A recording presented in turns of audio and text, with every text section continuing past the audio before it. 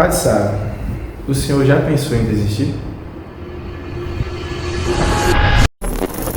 Boa noite, Padre Sávio. Boa noite, Caio. E sua bênção, primeiramente, também, né? Então, padre, conta um pouco quem é o Padre Sávio, quantos anos ele tem, onde ele nasceu. Deus o abençoe, Caio. Eu sou o Padre Sávio, tenho 29 anos, nascido e criado em Prado, só saí do Prado para estudar. Logo depois, quando eu abracei a vocação para estudar filosofia e teologia. E Padre Sávio, o senhor já pensou, assim, desde criança em querer ser padre ou já tinha outros pensamentos? Sim, tem muitas histórias no ambiente familiar, mas desde cedo, porque meus avós rezavam muito o Santo Terço, né? Gostavam de ver então na Rede Vida o Terço Mariano. Antes do Terço tinha o Terço Bizantino com o Padre Marcelo Rossi. Sim. E eu criança ali ainda, com os meus 7 anos, de repente, não sei ao certo, mas gostava muito, porque em casa e na catequese a gente escutava falar demais de Deus, né? Papai do céu, isso e aquilo. E convenhamos que a gente não vê, né, a Deus. Isso. Então, me faltava uma figura, digamos assim. Mas quando eu via o Padre Marcelo, me dava uma sensação tão boa que eu comecei a falar. Isso eu lembro de eu falando, né? Eu quero ser igual ao Padre Marcelo Rossi, eu quero ser igual ao Padre Marcelo Rossi. E a partir daquilo, eu comecei a entender o que era um sacerdote. E, de certa maneira, eu não queria ser só o Padre Marcelo Rossi, né? Eu queria ser um padre, assim. Que legal. Mas teve algum outro sonho que a gente sabe que o senhor gosta de jogar bola? E já pensou? Já pensou em ser jogador? Eu acho que todo mundo no Brasil, de alguma maneira, alguma vez na vida já teve vontade, né? Você faz ali um gol, mais ou menos, já fala, poxa, eu posso ser o novo Ronaldinho Gaúcho, né? Mas o meu ídolo de infância sempre foi o Adriano Imperador. Eu via o Adriano Imperador jogando e tal, lá em Inter de Milão, isso já na minha adolescência. Mas antes, o meu nome é Sávio por causa de um jogador do Flamengo, né? O Sávio Bortolini, do Flamengo, que lá em 95, quando eu nasci, estava no auge, depois ele foi para o Real Madrid, e meu pai, graças a Deus, escolheu esse nome, né? Que poderia ter sido Edmundo ou Romário, né? Então eu prefiro que ele seja Sávio, né? Ainda tem o Santo, né? São Domingos Sávio, então dá para falar ali que faz essa fusão. Mas sim, já tive outros sonhos, né? Eu nunca me iludi e sempre soube que eu não seria jogador profissional também. Fiz parte de escolinha e tudo, mas nunca foi um sonho, sempre foi um hobby. Mas eu acho que a vida militar era um sonho, né? De ser policial um tempo, depois eu pensei até em ser bombeiro, mas o exército, né? As forças armadas, no caso, o exército foi um sonho assim, mais palpável. Assim. Que legal. E quando que o senhor assim, decidiu assim, ó, hoje eu vou ser padre, vou deixar, vou estudar tal? Então, esse período de discernimento não é muito fácil, né? É tipo 1 mais 1 igual a 2. Eu precisei, digamos assim, fugir um pouco daquilo que eu sentia para descobrir que quando não estamos no lugar certo, não é só a gente que sofre, né? Os outros também sofrem. Então eu já antes dos meus 18 anos já tinha um pouco dessa dúvida, alguma coisa que martelava a cabeça. E aí quando eu tinha já os meus 19 anos eu comecei a querer discernir, ou seja, eu entrei no seminário propedêutico, que é o primeiro estágio, né, para discernir, mas antes de entrar no seminário propedêutico tem os encontros vocacionais. Né?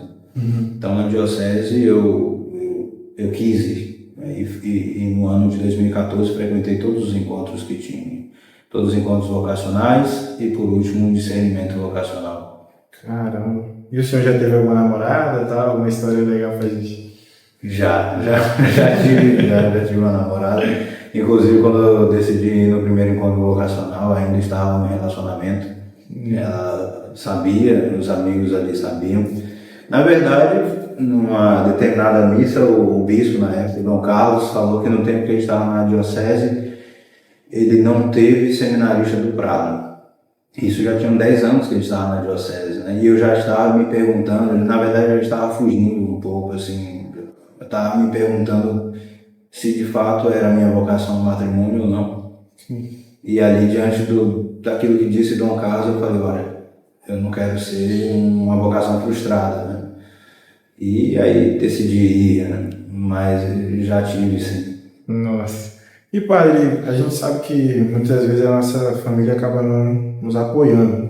E sua família foi muito tranquila, assim, né? Quando você falou, ó, vou ser padre e tal. Eu acho que toda família pensa assim, ah, meu filho tem que casar e tal. Eu vou dizer a frase que eu escutei da minha mãe, né? Uhum. Pelo menos você não é um bandido. Legal, legal. Eu digo isso assim, eu tenho que entender uma mãe, né? Veja, minha mãe falou para mim naquele dia, a gente nunca espera que o filho seja padre. E convenhamos que a vocação não é só você decidir sair de casa. A vocação é algo sobrenatural. A vocação, a pergunta mais difícil que alguém pode me fazer é como você decidiu ser padre. Porque não é uma coisa assim que a gente simplesmente da noite para o dia a gente decide. Algumas pessoas falam assim, é o lado financeiro. Não é. Porque você é sacerdote 24 horas. Você não tem um turno de 8 horas por dia. Sou padre aqui e terminou o turno, bato um ponto e vou embora. Não. Você é padre 24 horas por dia. Se fosse olhar por esse lado, o padre é muito mal remunerado. Mas não é por isso, é por vocação. Deus assim que elege, né? Deus sabe a quem dá a missão. Deus sabe quem é, Deus sabe quem chama, né? Então, é bem delicado esse ponto. Eu já nem li mais da pergunta. Porque sua família te apoiou, né? Nesse período do discernimento vocacional, quando eu voltei do primeiro encontro, eu já sabia onde eu estava. Eu estava realmente decidido a querer fazer a experiência. Poderia não ser no final desse período de um ano, digamos assim, eu poderia chegar no ponto e falar, não é a minha vocação, mas eu queria fazer as coisas certas, né? Então eu decidi ali terminar o namoro, decidi falar com os meus pais, com a minha família, para que eles participassem desse processo.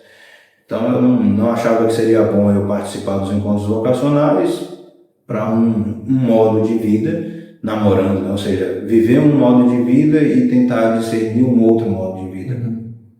E acabou que no final desse itinerário foi de fato, né, eu percebi que de fato era a minha vocação e os meus familiares entenderam assim também. Mas de início foi um baque muito forte, tanto para os meus pais como para os meus irmãos. Eu fazia faculdade de administração na época, os meus amigos também estranharam um bocado, né?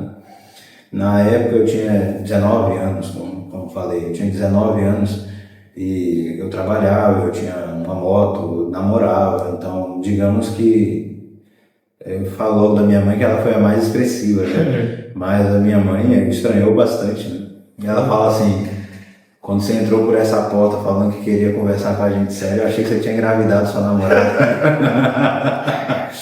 Mas foi assim bem delicado, foi um trauma de certa maneira não para mim, mas para os meus pais.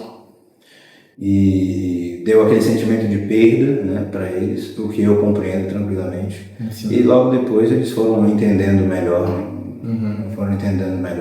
Para nós vocacionados é difícil esse processo de discernimento, então imagine mais ainda para aqueles que não são vocacionados a esse estilo de vida, a essa vocação.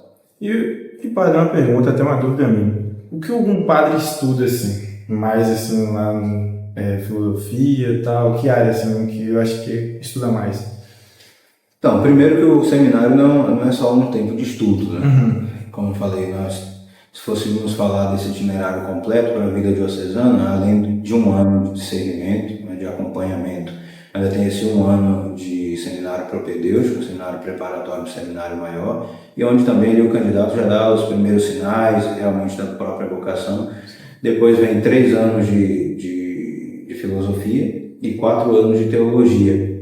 O período de formação seria mais ou menos esse. E todo esse período envolve todas as áreas do que é um ser humano, não é só a área acadêmica que estamos tratando ali, mas, sobretudo, o ser humano como um todo. Eu sempre falei para os meus pais, até nas minhas crises, falei, se eu saísse hoje do seminário, isso no primeiro ano, eu já tive uma crise, né? Se eu saísse hoje do seminário, eu sairia tranquilamente um filho melhor, um irmão melhor, um ser humano melhor, um católico melhor. Eu estudo bastante, né? Não só um estudo, né? É mais uma questão de crescer em humanidade, crescer em maturidade, em tudo aquilo todas aquelas dimensões suas, né? dimensão humana, dimensão intelectual, dimensão espiritual. Você literalmente entra uma pessoa e sai outra. E nesses anos aí, estudando aí, fizeram alguns amigos que são sacerdotes hoje? Ah, muitos, graças a Deus, muitos, não posso me queixar disso, né? Tem algum que o senhor pode citar? Eu vou citar alguém da esfera fora da diocese, né? Aqui na diocese tem bons amigos, né? Eu entrei numa turma que, além de mim, nós tínhamos pelo menos outros 5 seminaristas, né? Então, além de histórias diversas, localidades diversas, eu vou citar alguém que seja de fora da nossa diocese.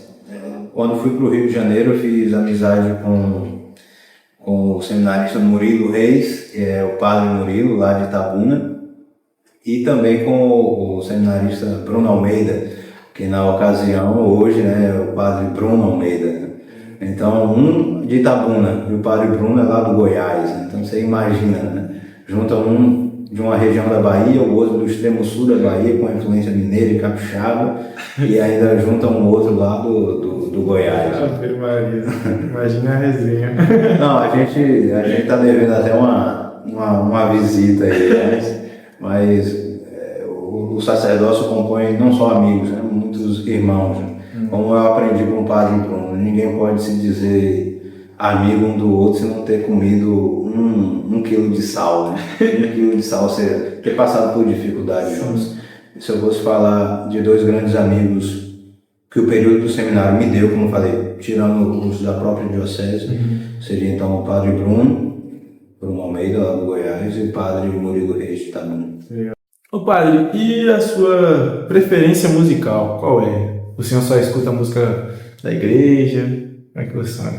Não, eu não escuto só música da igreja, né? Eu, inclusive, aqui tem uma curiosidade. Teve um tempo que eu queria tanto aprender inglês só para saber o que o cantor fazia, né? Eu lembro de um período de férias escolares que eu passei os 30 dias com o dicionário na mão para, digamos assim, traduzir as letras, né?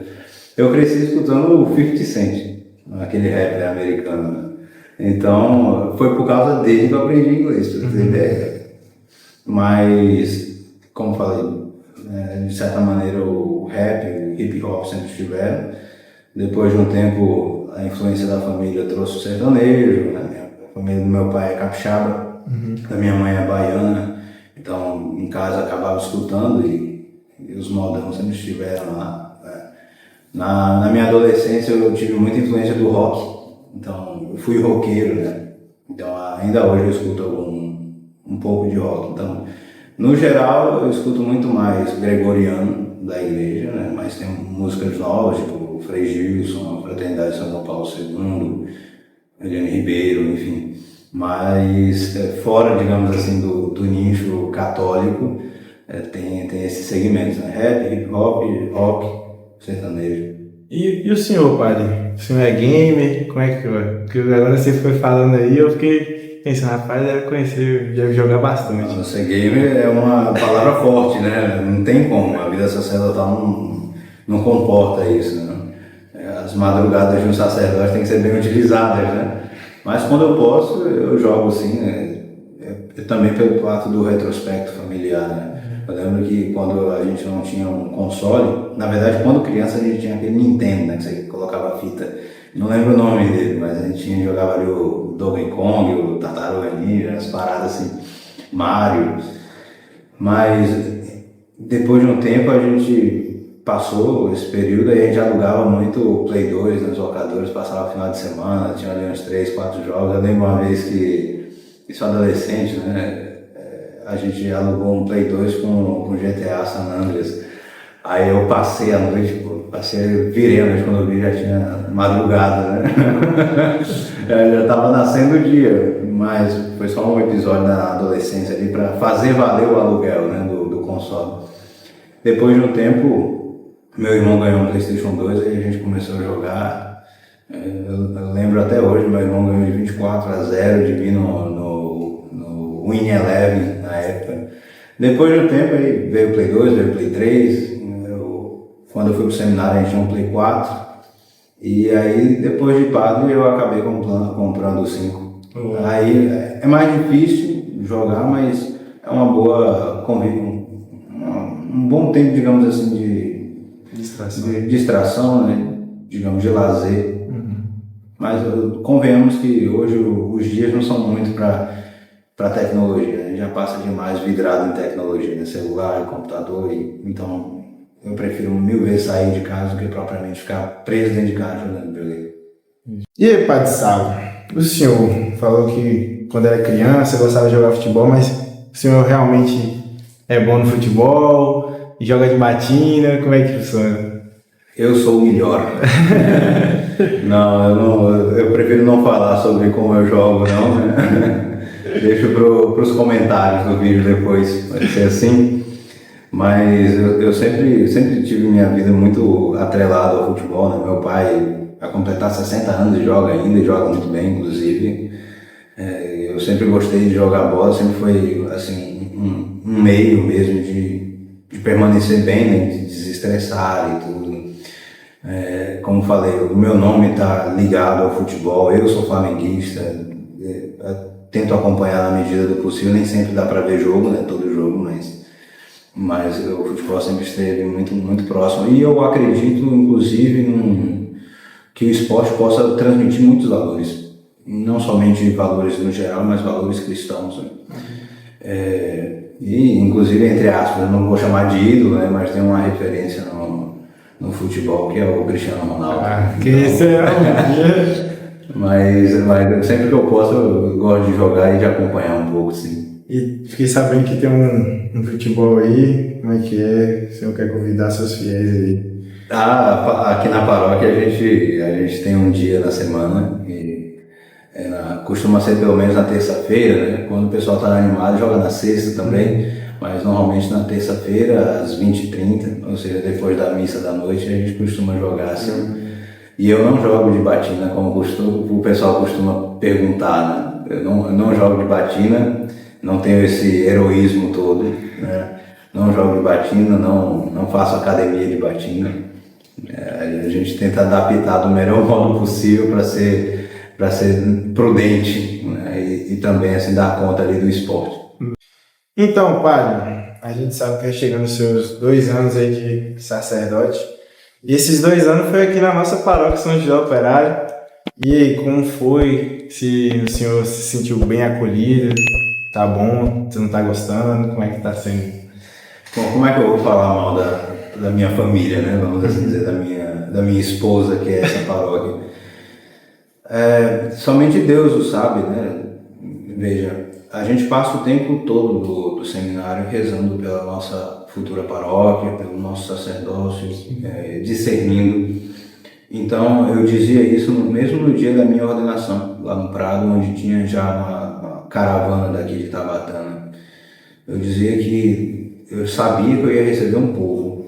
Não conhecia o rosto dele, não sabia das dificuldades, não sabia das alegrias.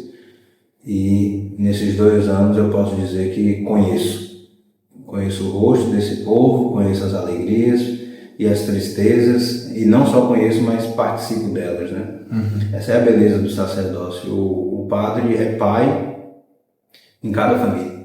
O padre é pai para os idosos, para os adultos, para as crianças, para os adolescentes, e essa é uma das coisas mais bonitas, né?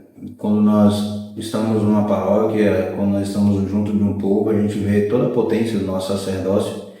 E não sei se mesmo um leigo consegue ver isso, mas veja, é quase automático. Você vai até o padre, se confessa, você vai até o padre, abraça, você vai até o padre e fala das suas alegrias e tristezas, na consciência de que ele é o seu pai, que ele não vai utilizar aquilo contra você, que ele vai sair dali contando aquelas coisas. Do mesmo modo que uma mulher, seja ela adulta, seja ela ainda uma moça, ela abraça o padre, um homem também assim faz. Do mesmo modo que uma criança beija a mão do padre, um idoso também faz, porque sabe quem ele é. Ele é o pai, ele é aquele que tem autoridade espiritual. E, como falei, isso fica ainda mais evidente estando no meio de uma paróquia, junto de um povo. Então eu só tenho a agradecer a Deus pelo povo que Ele me deu, porque mesmo aquilo que não são as mil maravilhas me santificam, me fazem ser melhor, né? Então eu estou junto de um povo, não só para oferecer sacrifícios em nome deles, né, como diz a carta aos Hebreus, mas eu estou para ser santificado também pelos desafios que o povo me apresenta. Legal. E padre, esses 2 anos, o senhor teve alguma dificuldade assim de pensar em até desistir? Não, eu digo que a nossa humanidade está sempre à prova, né? Em todos os aspectos. Só que faz parte. Por exemplo, a maior dificuldade, a maior tristeza nesses 2 anos de sacerdócio que eu tive foi quando eu percebi que Nosso Senhor estava ainda moldando o meu coração para que fosse um coração sacerdotal. Como é o coração sacerdotal? É o coração de Nosso Senhor. Então veja, tem uma passagem da Escritura, é o final do capítulo 6 de São João. Logo após Nosso Senhor falar da Eucaristia, há aqueles que deixam o seguimento. E Nosso Senhor vira para os apóstolos, né? Vira para aqueles que seriam futuramente seus apóstolos e diz: vós também quereis ir embora? E São Pedro dá a bela resposta, né? Dá a grande resposta, né? A quem iremos? Só tu tens palavras de vida eterna. Eu lembro em alguns momentos que existiram ocasiões, assim, orientações, ou mesmo ocasiões em homilias, de logo depois da missa, ou mesmo nessa orientação espiritual, a pessoa deve falar: então, se é assim, eu vou embora. É isso que custa. Todo mundo é padre para salvar todo mundo, digamos assim. Todo padre é um sacrifício de um homem em função das almas, mas o que mais dói é saber e constatar que a fé é também uma decisão. Vós também quereis ir embora. Então eu me vi assim triste por isso, né? Mas feliz pelo fato de que todo sacerdote vai passar por aquilo que Nosso Senhor passou. Às vezes até pelas crucifixões. Né? Forte, né? E padre, mudando esse assunto meio triste, né? A culpa é sua. Sabemos que sua mãe é aquela pessoa meio espontânea, mas e aí? Foi assim desde criança? Já teve alguma sua? Um abraço para Dona Tânia, viu, minha mãe. Amo demais essa mulher. Mas eu já apanhei várias vezes. Várias vezes? Tem alguma história legal aí pra contar? Eu não sei. são muitos, né? Logo de princípio eu agradeço por cada uma das suas que eu levei, né? A gente fala de sua, né? Mas na verdade é um modo, é uma educação, né? Na própria Escritura nos diz: um filho será educado com a vara. Ou seja, nós somos também seres animais, a gente não pode esquecer disso. O animal aprende assim, né? Pela compensação e pelo castigo.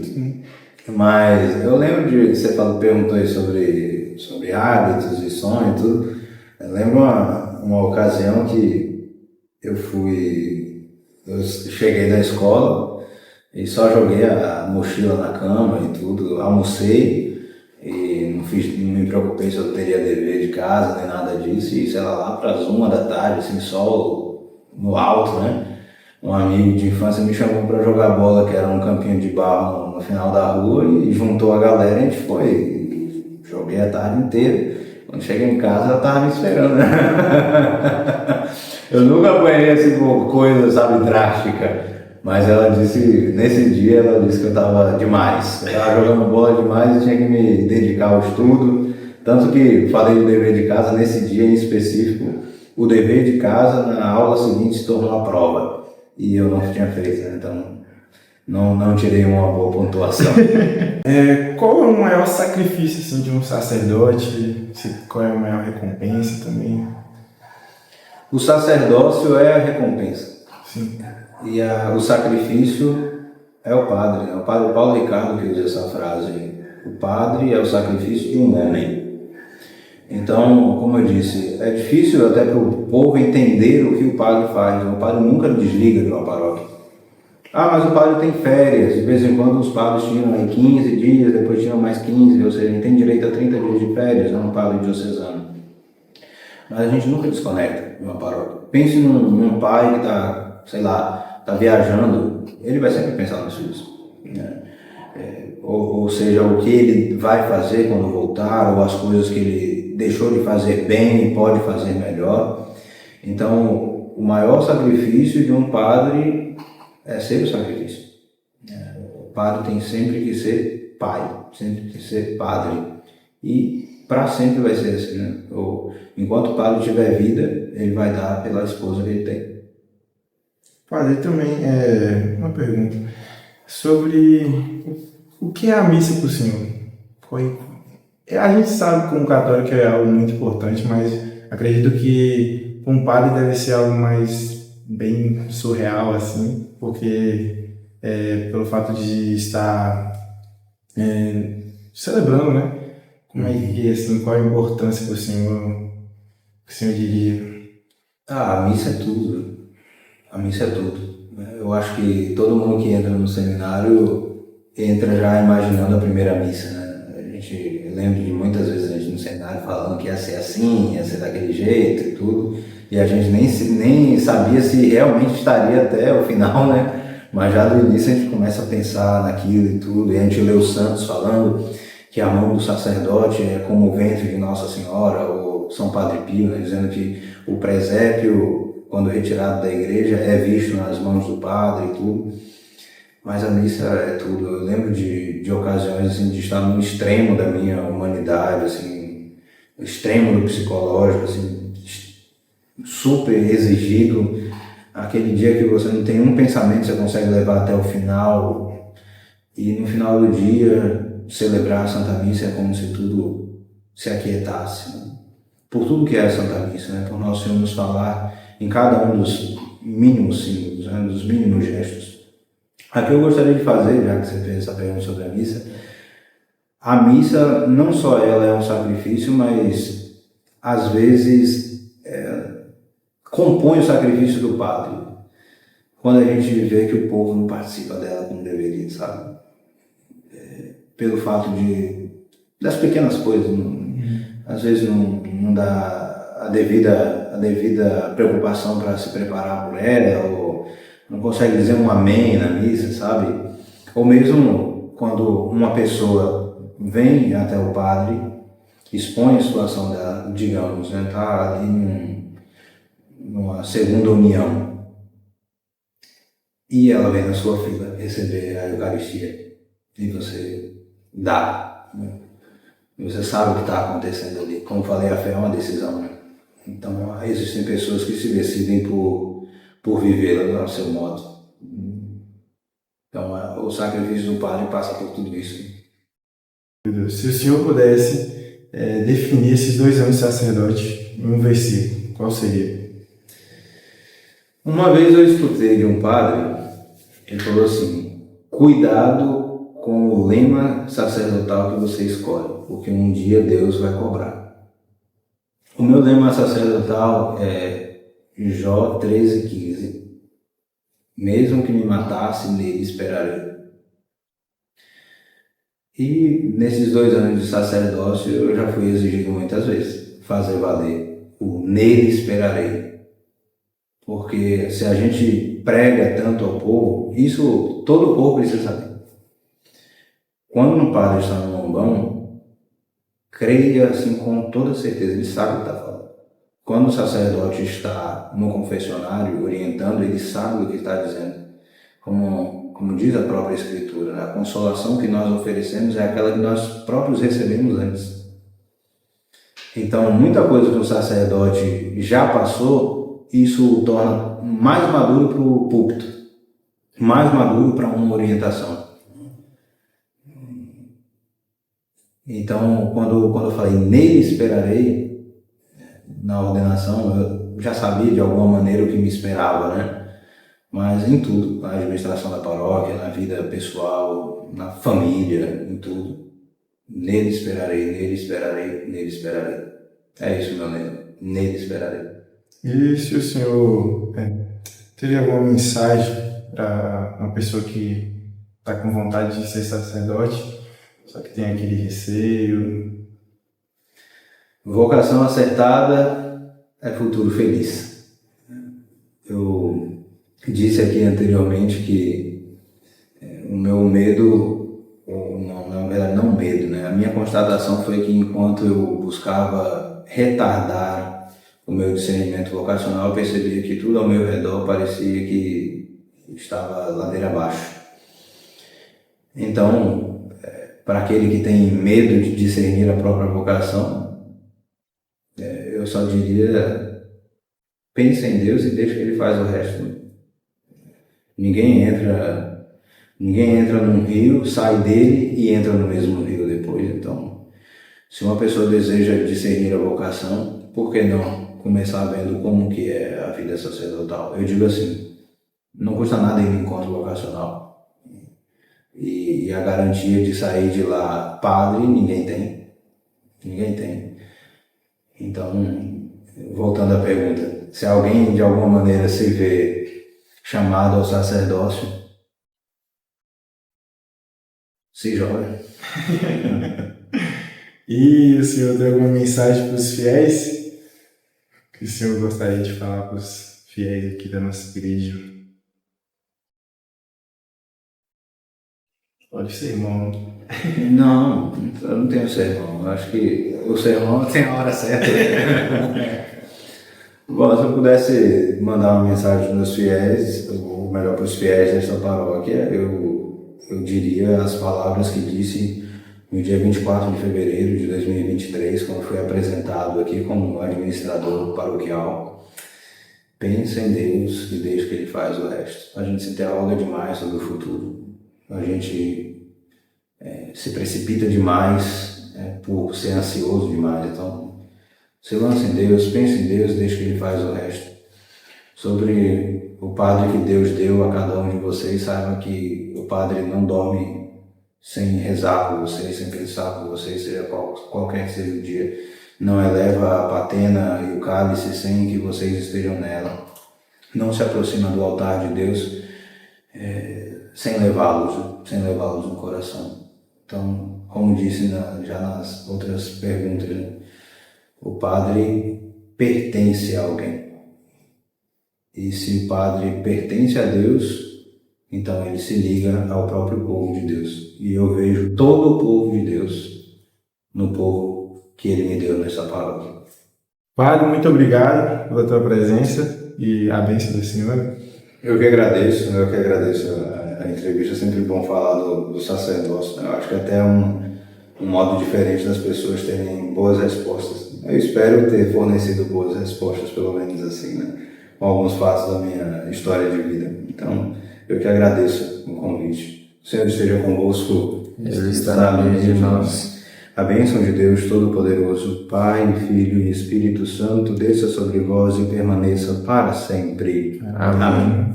Um abraço. E se você gostou, comente parte 2 aí, vamos trazer ele novamente para o Padre Sapo com outras perguntas.